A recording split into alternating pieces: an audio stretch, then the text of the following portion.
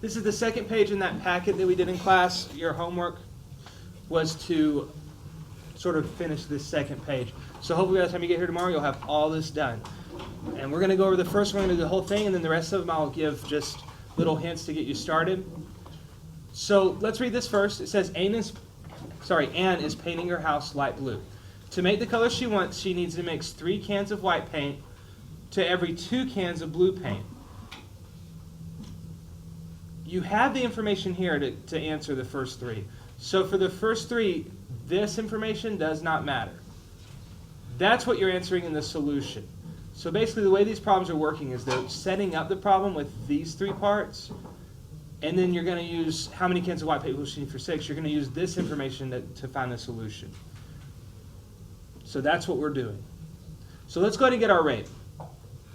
In the second sentence, it has the rate. Dawson? Can I say what it is? Sure, what's the rate? Isn't it like 2 over 3? Close. 3 over 2? 3 over 2, because it's 3 cans of white came first. So right here on this line, you should put 3W for 3 white to 2 blue. Any questions about that? And that's the rate of white to blue. That's the reason we put the 3 on top, because it was white and it comes first here. Now, what's different about this rate versus a unit rate? Unit rate is a whole number. What is? Unit rate's the percent of all of them. Well, no, getting there, but no, not quite. Riley? We do have to divide, but that's not the difference. We do that. That's right. In unit rate, the Hard percent. to hold. Yeah. Go ahead. Unit rate is 1. That's it. That's what a unit rate is. It means out of 1. That's what I said. Well, you got it right then. All right, so if it's a unit rate, that means instead of 2 blue cans, we want how many blue cans? 1 blue can. 1.5. That's what unit rate means. And the easiest way to get unit rate is just to do what? Divide. Divide. So we're going to take our numerator, put it inside. And it's 1.5. Denominator goes outside. How many times is... 1. All right, so we have the numerator divided by the denominator. How many times is 2 going to 3? 1, Which is? 2, 1, So add a decimal 0. Bring our decimal up or 0 down. How many times is 3 going to 2 going to 5.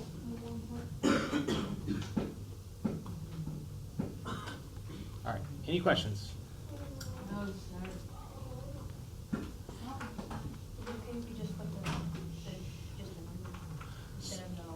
So your other option, what Adam said was, would it be okay just to put 1.5? You could put 1.5 white per each blue. You could do that. But you need to have the blue in there somehow. Whether you do it in the fraction or do it like this, it really needs to be there. Good question. All right, now it says do the interpretation. So the interpretation will be a sentence. And it's basically where you're saying, what does that unit rate actually mean? In the real world, what does that 1.5 white to 1 blue mean for this guy mixing paint? Cammy? For every blue, I need 1.5. For every 1 blue can, or you may have it phrased a slightly different way, that's fine. And needs, if you have it, like I said, slightly different, it's fine. How many white cans?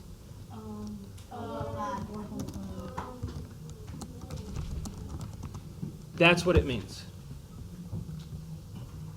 For every 1 blue, she needs 1.5 white. Any questions about that? No. So this is the setup.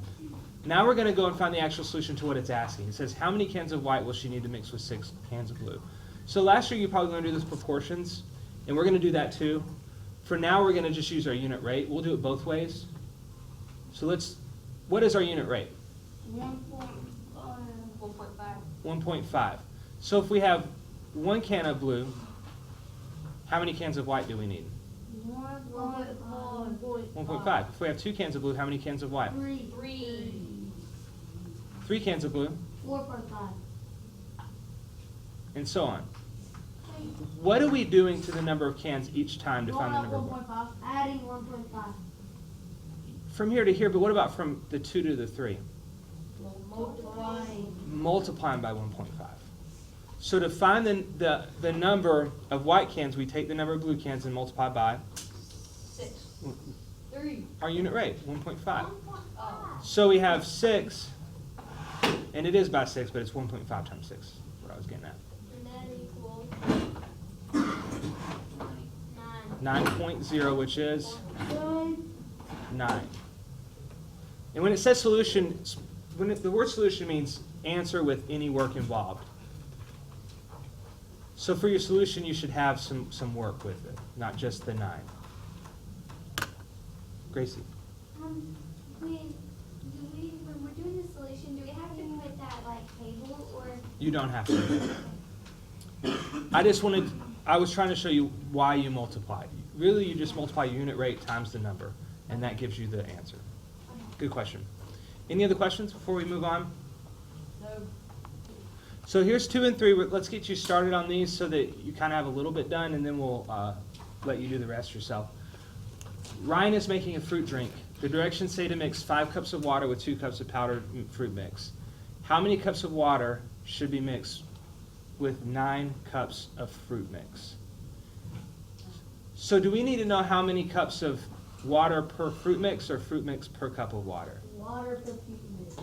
All right, so what we need to do is take our rate and put our fruit mix on top, water on bottom. Nobody can do that. So our rate will be water to fruit mix. So, sorry, our fruit mix to water. So how many fruit mix?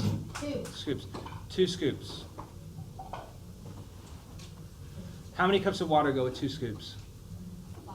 5. 5.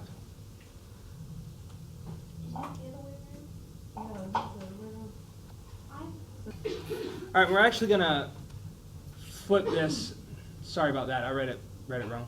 It says 9 cups of fruit mix, so we're just gonna keep it in the same order it came in the problem, and do 5 cups of water.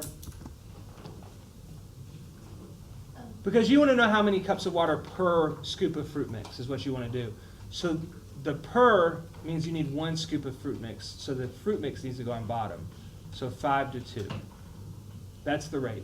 So write that down. And we'll put water, fruit mix. Now how can I make that a unit rate?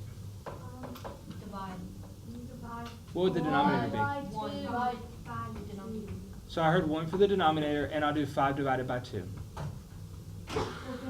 Which goes how many times? 2. That's 4. Add our decimal, 0. So 2 and 5/10 cup of water for each pack of fruit mix, for each scoop of fruit mix. So what's the interpretation of the unit rate? 2.5. For every 1 cup of fruit mix, or 1 scoop of fruit mix, so you need 2.5 cups of water.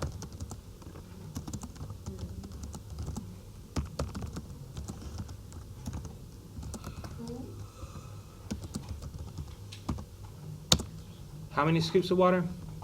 2.5. Or cups of water? Yeah. There we go. Now what you still need to figure out, we have this introductory information that helps you. Just like we did in the last problem, what if they have 9 cups of fruit mix? You figure out what to do and answer it. I'll let you finish that. But any questions? Do exactly what we did in the last problem. So Donna is running around a track. It takes her 10 minutes to run 6 laps.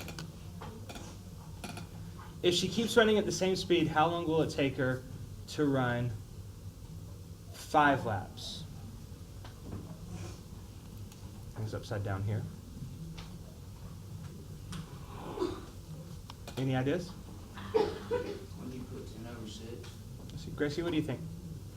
I did 10, and then I put a semicolon in 10. Okay. So we need to know how much per lap, right? How much per lap? So lap needs to go on bottom. So 10. And Gracie said she used like a colon, 10:6. I'm just going to do it as a fraction. Both ways are fine. Usually if there's a fraction, it's easier to reduce it. so I do it this way. Does this simplify?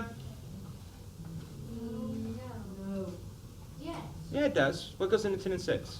2. 2 goes into 10 5 times. How many times 2 go into 6? So, We have to simplify it? yes, if they reduce. Now, you always leave a rate improper, but if there are common factors, you do have to reduce that. Yes, JD. Is that a 6 or is that a 5? That's a 6, that's a 5, that's a 3, sorry. I'll write the reduced form a little larger. 5 over 3. That's what that is. So now let's do the unit rate. What would the denominator of the unit rate be? 1. 1. And how do I find the numerator? 5 and 3. It'd be 3 into 5. Oh. How many times 3 go into 5? 1, Which is? 3. 2, 0, How many times does 3 go into 6, 20? 6, which is? 18, 2. It's going to keep being. Oh, it's going to keep giving us 6s. So let's just round it. You guys want to round it to the nearest 10th, nearest 100th? What do you want to do? 10. So do 10. 1.67. Well, if we round it to the 10th, How what about would we it be? just do the repeating sign? The repeating 6. Well, Wait, wouldn't it be simpler if you did it by the hundredths? Because then it would be closer and more accurate. It would be more accurate to do by hundredths. We could do that. And the reason we don't leave it with a repeating sign, someone asked about that. Since we're doing like a real world situation, we could do 1.67. Where they're doing minutes and laps, it's a lot easier to understand 1.67 than 1.66666 repeating. And in the end, whenever I go to multiply, I can't really multiply repeating decimal. I'm going to have to round it anyway. So let's just round it here, 1.67 to 1. You write the interpretation, and then you do the solution for 5 laps. Are there any questions? Ian. can you tell me in Adam multiply 1.67 times 5? That's the solution part. Any other questions? All right, look over that sheet. I'm going to pause the video, look over that sheet. So someone asked a question, and to really answer it, we need to label. We should have labeled in the first place. I got lazy with this pen here. That's my bad. What did we put on top? Was the 10 minutes, or was the 10 laps? 10 minutes. So we need to put an M here and an L there. M here, L there, M, L. So minutes was the top, laps was the bottom. So when you're going to write the interpretation, I want you to do this on your own. Think of what this 1 represents. Is it minutes or laps? Laps. Wow. It's laps. So it's for every 1 lap is probably your beginning. Usually with speed and stuff like that, you actually do it per, and you do your time on the bottom. So normally the minutes would go on bottom. In this one, since they gave you laps, it makes more sense to put laps on bottom. That may be where some people were confused. But do it this way, so when you start your interpretation, start off with 1 lap, and then work in the minutes.